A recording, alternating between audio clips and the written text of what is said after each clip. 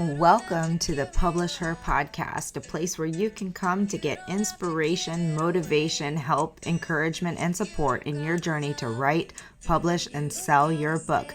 Hosted by Alexa Bigwarfe. 'Cause I've been where you've been, and I felt what you're feeling, and I don't want to get in your way. All right. Welcome to a very special episode of the PublishHer podcast. I'm Alexa Bigwarfe, host of the podcast, and I am super excited to be doing this interview with one of my friends and colleagues, Pam Sheppard, who is sitting right next to me, so right close. next to me. Our knees are touching. Yes.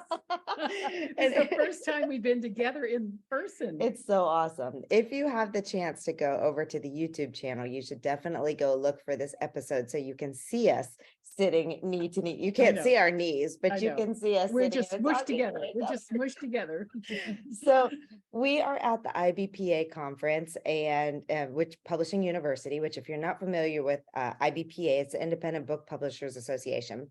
And they have this conference every year that brings together small publishers, medium-sized publishers, some not a whole lot of really big publishers, but there are mostly small and medium, as well as author publishers. So what's an author publisher, you might be asking? That's somebody who is really taking the business of publishing their own books very, very seriously. So whether you're doing multiple books of your own, maybe you're starting to expand to publishing other people's books as well, but you are an author who is self-publishing in most cases and trying to figure out all the ropes to do it as professionally as possible.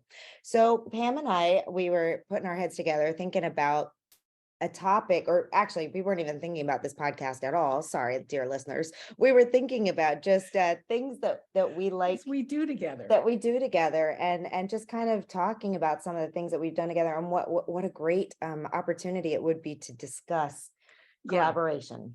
Yeah, because all of a sudden in the middle of one of our conversations, we were brainstorming ideas, and it's like, we're collaborating. Look at this. We're collaborating. But it's not our first collaboration. We've been collaborating for a while. Yeah, but it kind of developed, and it developed out of mutual respect. Absolutely. You know, you respected my experience, I respected your experience, and we realized we have a lot to combine together. Yes. Because you can't know everything. No, and you shouldn't try to. And that's actually one of the things that we were talking about, right? Like how important it is as you're building, whether you're an author trying to do the indie side of it, whether you're one of the freelancers in our community who's building a business, whether you're doing a course, no matter how you could apply this, like almost no one is the expert in absolutely everything that they do. So one of our first collaborations actually was when I brought you on to be part of our speaker selection committee for the summit, because I saw in you a very valuable asset for being able to go through and look at from the perspective as an author and editor, someone who with a lot of experience. Yeah, and it was amazing how inviting me to that collaboration was really remarkable, because I said to myself, oh my gosh, I have experience that is valuable to another person. You know, you see it all the time. I mean, when you're an editor, every time you talk to somebody, you realize, yes, my experience is valuable to you to increase your visibility or your clarity or all the other things that an editor does. But this was slightly different because it brought in different parts of my experience. And the fact that it was valuable to you, you know, was a real light that went on in my head. I said, yeah, I have something that is valuable to her. Yeah. And I willingly bring it to your table. And that is something about a collaboration, that you do it to join forces. Absolutely. You don't always do it to exploit someone. Well, hopefully that's never the reason. It does happen, but it does happen, but not in this community. No, but see, that's one of the things about a collaboration. You know, it's not a mentorship, because you're not doing something to help someone and then wave them away. You're working together for mutual benefit. Right. Yeah. So it was through those conversations and really through that process that I really began to get to know you and to understand your golden egg opportunity of knowledge, that is the fact that you were selling books to bookstores for 30 years and have this incredible knowledge about positioning of books and hooks and log lines and how to make a book really appealing to Mhm. book buyers and all of these types of things. And that's when our next real collaboration began, when I was putting together all the pieces of Book Launch in a Box. And I came to you and I said, I know that positioning the book in the marketplace in the right way, which is metadata and other things as well, is such a key element of this Mhm. of the basis of the Mhm. foundations of what I'm trying to teach people to do. Now, I could teach this, but I'm not the expert. You are, and I would much rather you bring You your know, expertise to the program. And that was really interesting because it was something I took for granted. Because when you're a sales rep, you just do your job year after year after year after year. And this is what you do. And all of a sudden to realize, oh yeah, I know how to do that. I know how to reduce someone's book to 25 words, because that's what I've been doing the whole time. Mhm. And that was enormous fun to come to your table and offer this to your participants. And what a blast we had doing it. It is great, and it brings such a different piece of the. Yeah. I think I think I'm the only person who does a marketing program that actually talks about positioning of the book to this level. Well, it's I one of can't the, say that with for a fact, y'all. I haven't looked at yeah, every but you single know, everybody marketing wants to program, think, but publishers think about that, but it's Mhm. many of the publishers will put that into a component of their work with their clients. You know, is the positioning. It comes out through the metadata. It I comes think a out lot through of publishers are just doing that kind of naturally as something that Mhm. they do, but for indie authors and for people like, I don't think there's a whole lot of training for self-publishing authors that digs into the positioning and why that's so there important. should be. There absolutely should be. Because Well, there you're- is. There is. It's called Book Launch in a Box. It is. Well, one of the things that I've come out to say every time I work with you is that everybody knows how to write the book, and they're Mhm. writing 70, 80,000 words, but they don't know how to write 15 or 20 or 30. And it's always the bane of their existence to reduce their book Yes. to small portions. It's so hard, but I see this even when I ask authors, like, tell me about your book.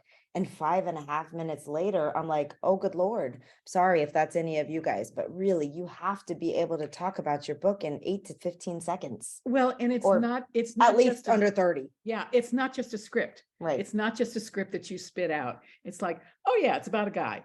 Oh yeah, and the guy falls into a cliff or falls off a cliff. And you know, it is more conversational, Right. but the idea is to generate somebody saying, oh, tell me more. Exactly. more. Exactly. And it's not a script. It's not a script. It's a conversation.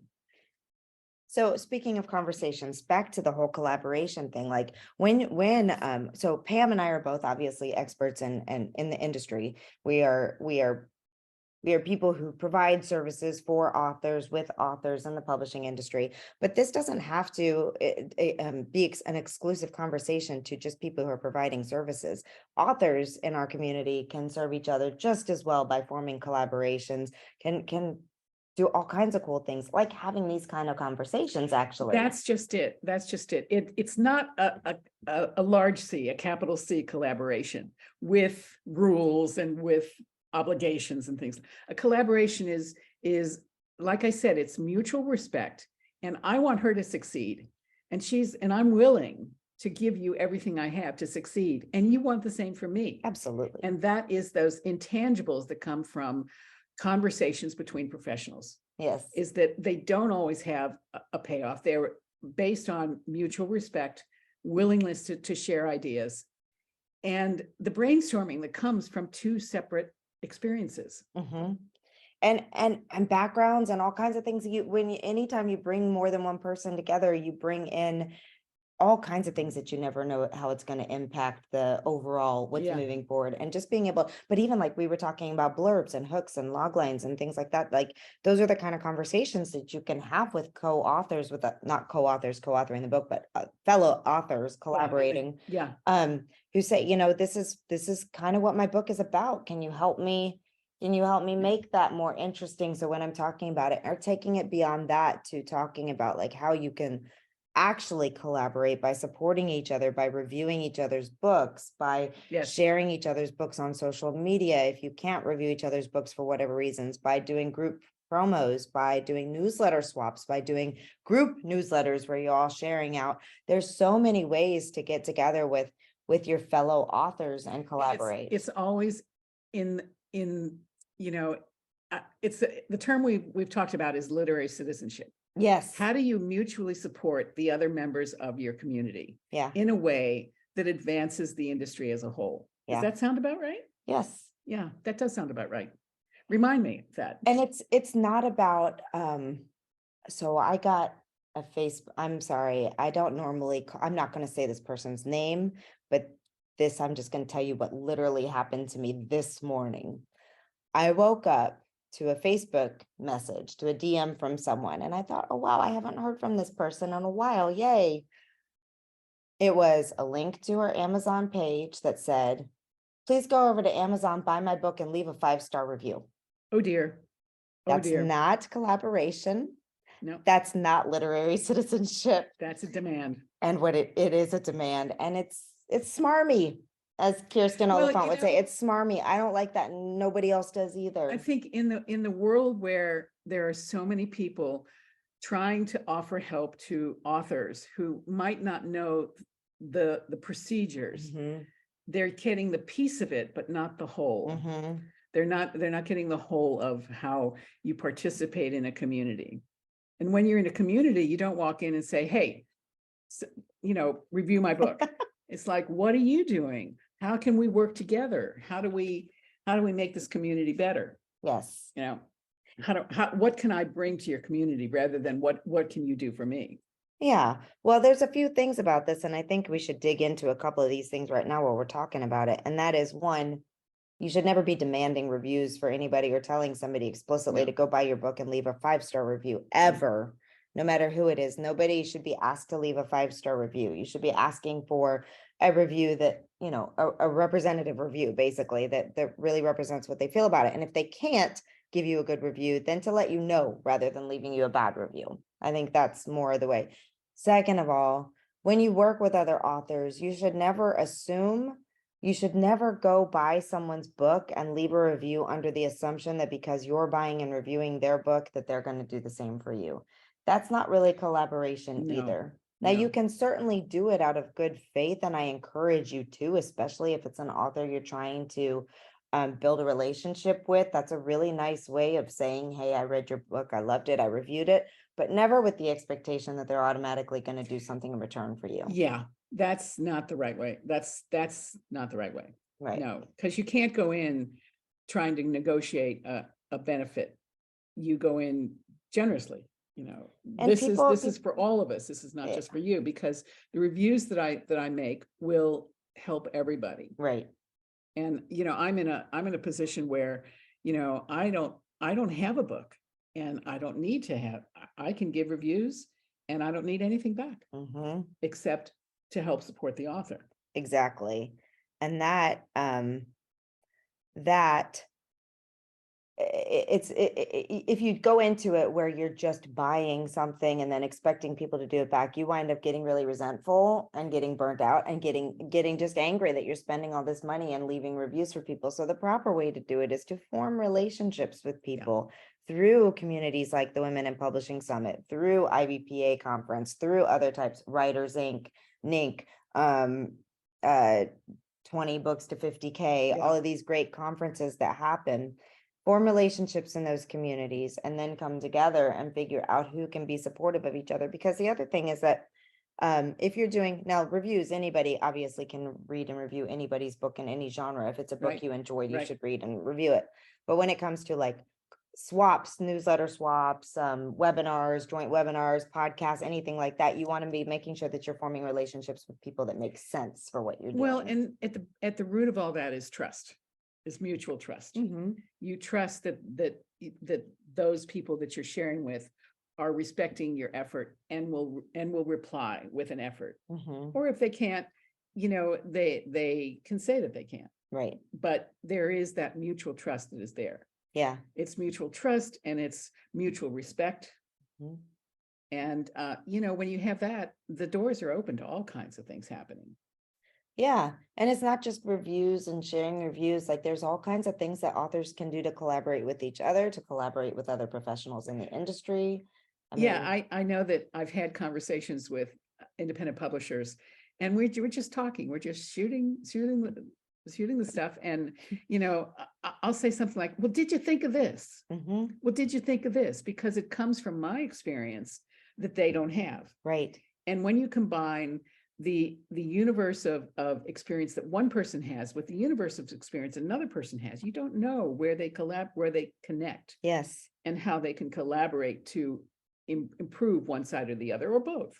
That is so true, and I find that to be one of the most generous aspects, or one of the best aspects of the indie publishing Yeah, community, yeah, is that everybody is so generous. I have right. yet to make a connection with somebody who was unwilling to have a conversation with me or share Mhm. resources or be a guest on the podcast or be a guest at the summit or swap. Like I'll send them an author that I think would be Yeah, good for their publishing company, and they send me people, those because we're types of in this things. community, and it's the Yes, citizenship side of it. yes. I love the term. I don't know where I heard it. It must have been in IBPA somewhere, that the term of literary citizenship, where, Hmm. yeah, I'm a member of this community, and I'm going to do right by this community by sharing what I have, you know. Yet there is a time when you're crossing that line from sharing to professional tasks. Oh, I'm so glad that you brought this up because I think this is an important conversation to have too. Yes, I had a friend who is writing a book, and she asked all her friends what they thought of this, what they thought of this, and she asked me, and it's like, you have crossed the line with a professional, that you can't ask me without negotiating the task, Right. because you're asking for something not of just your friend, you're asking a professional. Yeah. And you need to have some kind of agreement that when you reply to me with your expertise, then there is a cost involved. Yeah, I think this is a hard one for a lot of people to especially because like in a lot of there's a lot of content being created for Mhm, free mhm, on for example, on the Write Publish Sell blog, on our YouTube yeah, channel, on the Women in Publishing Summit page, on the through the webinars that we do. There is a lot of content that I provide for free right. that not just me, other professionals in the industry, tons and tons of information out there on blogs and all that. I think it has created maybe an expectation that people should be able to receive all of this Well, information for yeah, free. and when you talk about sending your novel out to beta readers for free, Mm-hmm, mm-hmm, that cultivates an attitude that you don't have to pay somebody. right. But when I have a client who says, would you be willing to do this? And of course, I want to pay you for your time. I'm about to say, I'll do it. I'll Mhm. negotiate a really good price because you respect my ability. Yes, You respect that. yes. And therefore you get extra benefits for that. Yeah. In the same way that I'm not gonna call up my plumber and ask him to walk me through how to fix my toilet, right? Because that's his profession, Yeah. and I can go YouTube it and hope that I don't break the toilet worse than it is, or I can call him in and have him fix it and pay him for his time and his Yeah. expertise. And I think it should be okay for all of the professionals, not okay, should be completely acceptable for any professional in this field to expect to be paid for their expertise and their And service. it is there are a lot, there's a huge range Hmm. of payment. And Hmm. you can find what you want, or you can find it what you don't have to pay for. But And I'm gonna tell you, one of the things that I see a lot is people going through certain, we'll say, discount sites that have freelancers that are doing stuff at much lower rates than other freelancers are. Now, sometimes you can find good freelancers on these particular sites, but often you get what you pay for. And I see this time and time again when people come to me to say, I got this formatted and it's awful. I can't use it, or it keeps getting rejected. Can you help me? And we have to send them and they have to start over and they have to pay Yep. again. So, on that line, like if you're paying nothing or next to nothing, sometimes Well, there may be a reason, but on the same time, a lot of formatting and covers also should not break the bank. There are plenty of well, reasonable. at the same time, for me as an editor, Editing's different. You Well, should expect a big bill with but, editing. but even that, my clients need evidence that I will do a good job. So I Yes, do a sample absolutely. edit. Mhm. I do a sample edit. And if you like what we do on 5,000 words or 4,000 words or 3,000 words, whatever we negotiate, then you can decide whether you want to go further.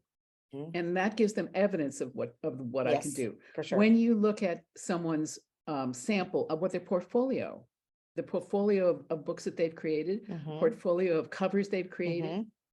then you get a sense of the evidence of That's right. whether they match your intentions. Right. And I think evidence is really an important aspect of all this. Evidence is very important. It's funny because I work one-on-one with, as a consultant for people publishing their own books or other people's books. And I've been working with a woman who's doing an anthology, and this is her second anthology. The Mhm. first one she did through a publisher. The second one she decided to do on her own. And we've been meeting together, and I've been helping her through the process.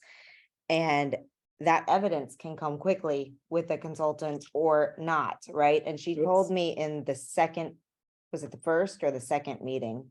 She told me that she had learned more in that 30 minutes with me than she had learned in 9 months working with her previous support person or whatever. So sometimes that evidence is just through knowledge, right? Through what Well, you and it's knowledge that you gave as part of your package, exactly.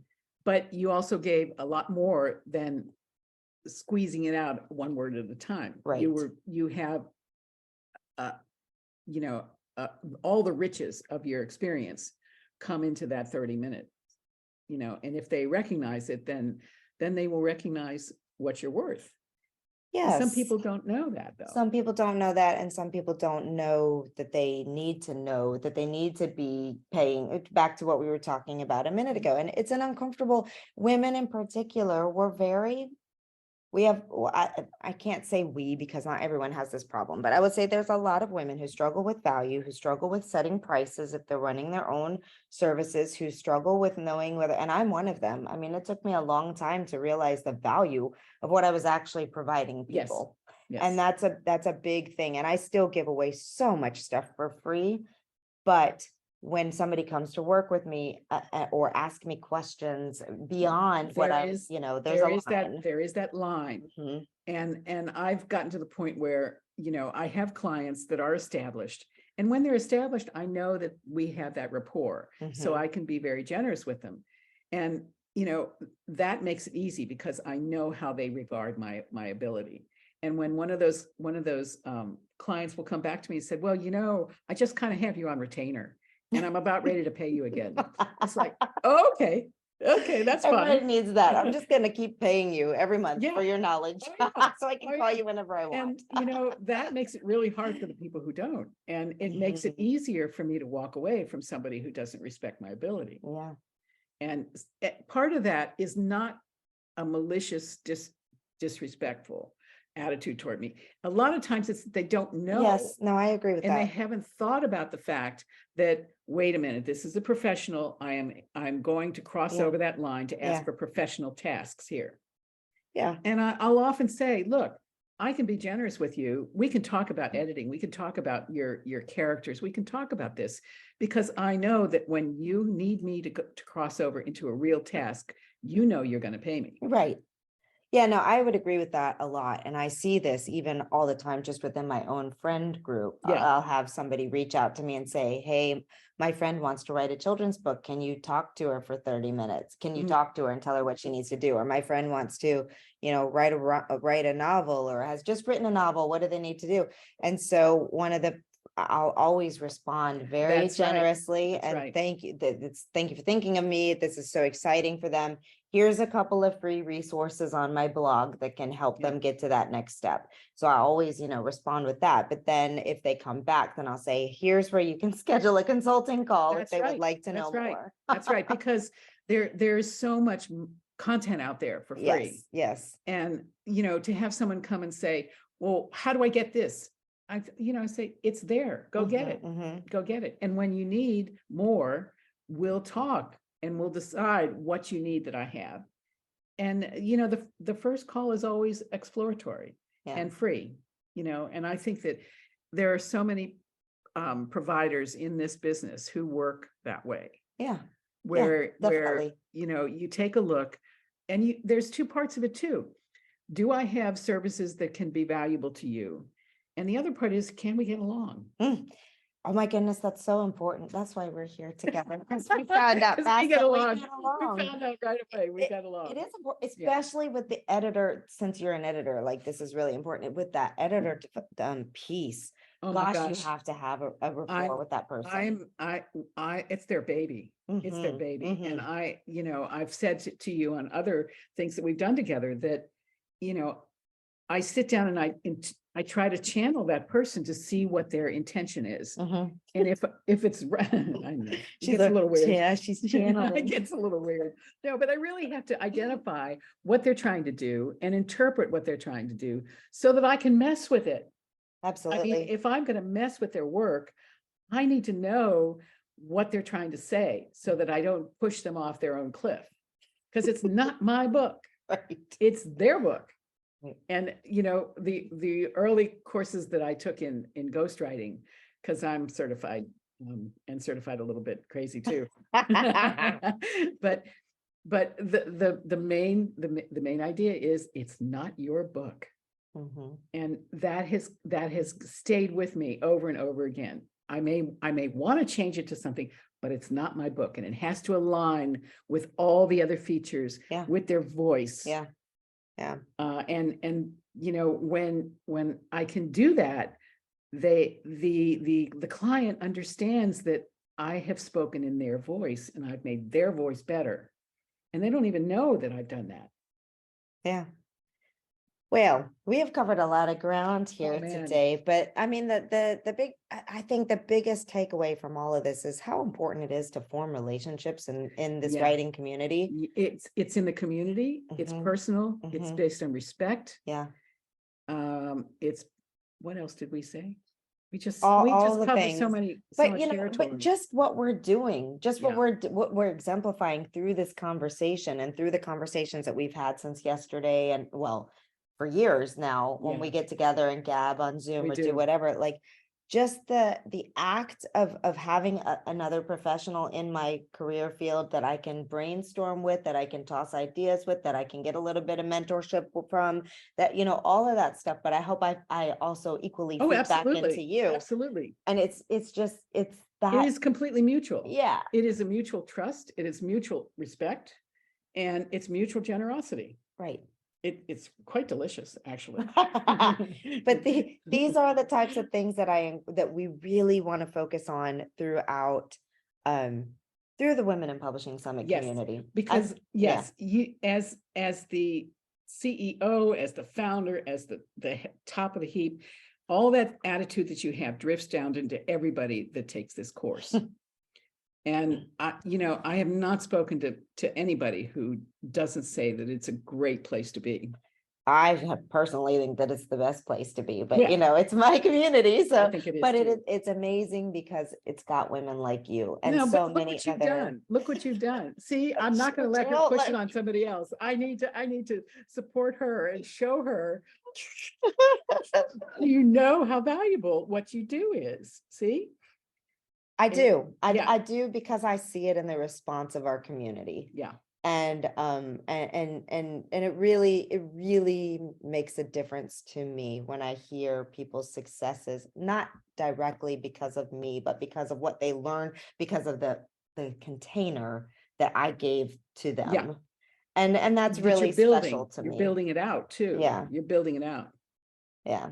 So, if you're listening to this or watching us on YouTube, yes, the Women in Publishing Summit is a week-long conference that happens in March, but it's more than that. It's community that we build, that we create throughout the year. We have monthly webinars and workshops and opportunities. We have specialized programs like Book Launch in a Box that Pam is one of our special guest experts on, that really digs into the marketing, the pre-launch marketing, not your once my book is ready to go, but all the stuff you got to do long before, continuously. And positioning of the book is something not talked about enough, and it's so key to the marketing. And you have a Women in Publishing Facebook, And the engagement I see over and over and over again, where people put a question and know they're going to get an answer. Know they're going to get somebody to talk to them about it. And it's not just Know me and that- my team, it's you, it's yeah. other people in our community who But are when very willing to But do when that. someone has a success too, it's like, oh yeah, let me go Yes, and buy that book and help Yeah. that success. yes. You know, there was one situation where someone published during the book Yeah, launch in a Linda box. Needham's book. Yeah. And Shot her she right had up to number shot one. her right up to number one because she was talking about it. She was using the example, and there it was. There was evidence that that community is responsive. Yeah. Yeah, that was really wonderful. She happened to write a book, How to Brainstorm Your Novel for Romance Writers too, which was, obviously perfect for our community. But regardless, I don't think it would have came out- mattered. There were some elements that came out of our conversations in the workshop. Mhm. She positioned a few Yes, things That's exactly right. straight from our conversations in the workshops. That is exactly right. Her book launch in a box, she said, doing that and doing the positioning exercise. And that's directly what led to her decide to market her book in the way she did, to launch during the Women in Publishing Summit, to be in and around. And she had content. She had good content. And that, ladies and gentlemen, is the key to anything else we're discussing about the books, is good content first and foremost. But anyway, well, Gosh, we could talk a week. we could talk forever, and I think it's great. And the exciting part about being here at PubU with you and getting to see you in person is having these in-person conversations and getting the chance to share meals and share time. But we're about to go meet a whole bunch of other people who are so similarly minded to us, and it's just gonna. And what's nice is that we don't just talk publishing. No, of We course talk not. about gardening and our pets, Kids and kids, life and love Oh, and dear. Oh, romance dear. and but it makes a really Pain. good combination. make a good combination. To Okay. know someone, and I think, I would say that that's what also makes this community very, very special, is that it's personal. It really is personal, and even if it's not intimate, meaning deep down into the person, or Right. there is that mutual respect into that whatever level that they know you for. Yeah, agreed. I know so many people in this business, I can hardly keep them all straight, but we have this enough of a depth of respect that is wonderful. And Yes. maybe there's a chance to go deeper, but it doesn't matter because the respect is established on that layer that is the publishing business. Yeah, Yeah. I agree. Yeah. Well, this has been such a great conversation. Thank you Yeah. for coming and sharing it with our community. It's not just Yeah. my community, it's Yeah. our community, the Women in Publishing Summit community, the PublishHer podcast, and all of the things. And I Well- just realized both of us match the curtains behind Oh us. my God. How did we do that? We match it. We It's got so the funny. same color We're so green. color coordinated. I didn't get the message. This was accidental. This is totally accidental. Lovely, actually, this lovely curtain at the hotel room. Oh my gosh. Oh my gosh. Oh, this. Well, you can contact Alexa about Women in Publishing, about the summit. It's coming in March. She also does a school, Mhm. really, really rich in content. There's book launch in a box that I know some of the participants are a year or more ahead of their launch, Mhm. and they're doing the prep work now, Yeah. which is really valuable, Yeah, really Agreed. valuable. And you've got to take a look. Got to take a look. and Mm. Pam, tell them about what you do. You're the guest Oh of my honor gosh. here. Just I'm- let them know how to get a hold Well, of you you and know, what you're I'm- doing. I'm a consultant. I do developmental edits. I call myself the market smart consultant because I I've would been agree. out in the marketplace for over 30 years. Mhm. There were 20 years with Random House and 5 years with Simon & Schuster and 9 years with a commission group, with 40 publishers. And to do developmental editing over the top of 20 years of that, now to do the freelancing, there is a mesh of the editing and the positioning and the querying and the descriptions and the log lines, all these things that I was using all those years, Mhm. but didn't realize I was using. Mhm. Don't ask me to write 70,000 words. I will never be able to do it. But I can write your 25. All right. I can do your 25 just fine. And that is a surprise that comes out of having done that. Mhm. So there's the editing, there's the metadata. The comps are, right up my alley. So where everybody says, what the hell do I do with my comps? Mhm. I can help with that. you know, Yes, you can. You have helped us with that, and it's also part of our program. And yeah, there's a step-by-step process. there is a step-by-step process, and that it's important for people to understand that you actually have to follow a process and not just kind of figure it out along the way. You can, But you know what, when you have this anxiety about how can I find them, just turn to the step-by-step. It's a recipe. You do this, then you do this, then you do this, and you're actually going to find this, and you find more than this because you find some place to market the thing. You refine down your niche, you refine down your readers, you reach the readers, and that's the big thing. Agreed. Yeah. Agreed. We agree on a lot of stuff. We do agree on a lot of stuff. It's been great. I've really Thank you. I've really enjoyed Thank everything you. that you've brought to Well, my professional development, my community, my thanks. courses, all of those things. Well, I love that you asked me the questions that make me go someplace I didn't know I had. you got a lot of stuff in there, so thanks for sharing it with us. Okay. Let's close this down. All before we right. get mushy. I know. I love you, Pam. All right. Thanks, everyone. Have a good one. You don't have to give me your heart. You don't have to give it away. You don't gotta Thank you for joining us on the PublishHer podcast. We hope to see you back for the next episode. Great, huge thanks goes to Jasmine Commerce for the use of her song. You can find Jasmine on SoundCloud. Go check out all of her music. We'll see you next time.